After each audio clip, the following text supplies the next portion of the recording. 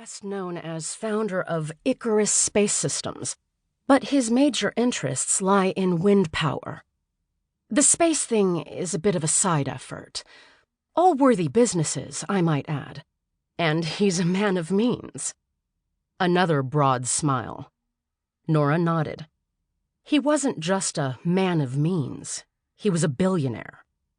Mr. Tappan has brought us not only a very intriguing proposal, but a grant to go with it. Connor and I have discussed it, and we've gotten approval from the executive committee of the board. Nora found herself growing more uneasy. Normally, the board of the Institute did not get involved in project approvals.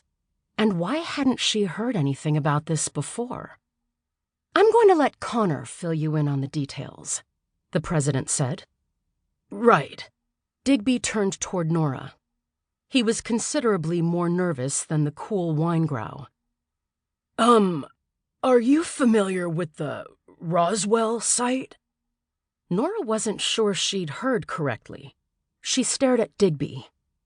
"The Roswell site," he repeated. "It's located in the remote desert, north of—" "Do you mean the place where the supposed UFO crashed?" Nora interrupted. "Yes, exactly," said Digby, charging ahead before Nora could respond. "To recap, in 1947, the foreman of a ranch northeast of Roswell, New Mexico, found the wreckage of something unusual on a section of BLM land leased by the ranch. The military went out to investigate and, on July 8th, issued a press release stating the 509th Composite Group had found the wreckage of a flying disc.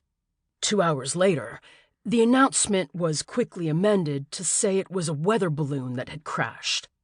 It was only years later that investigators began to uncover the truth, that a UFO, apparently monitoring U.S. nuclear tests, had been struck by lightning and crashed.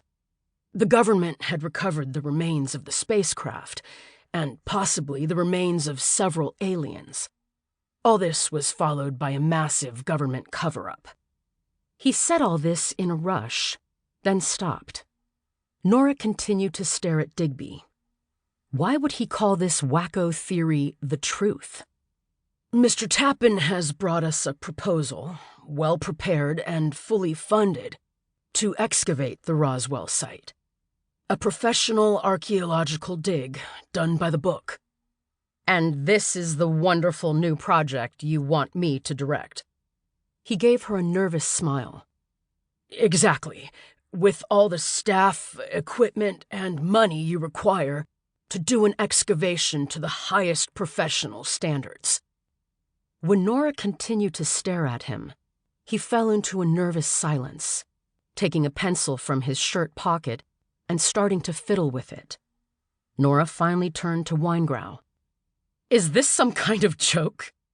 "Not at all," she said. "The project's been thoroughly vetted and board approved. Something crashed there. What, we don't really know." "You've got to be kidding."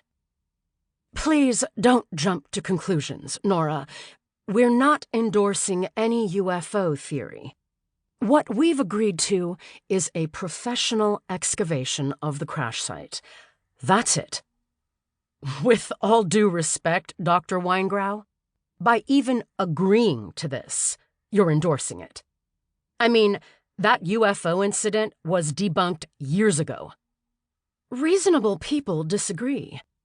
Nobody knows for sure. As Connor mentioned, there's evidence of a government cover-up. Mr. Tappan has done considerable research into the incident, and he's come upon new information confirming that alien technology was recovered from the area, possibly even remains." "As in alien bodies? I'm sorry, but do you really mean to involve the Institute in something as tacky as this?" "We already have," said Winegrow, her voice taking on an edge. "This is a done deal, and I take exception to your characterization. I've been patient."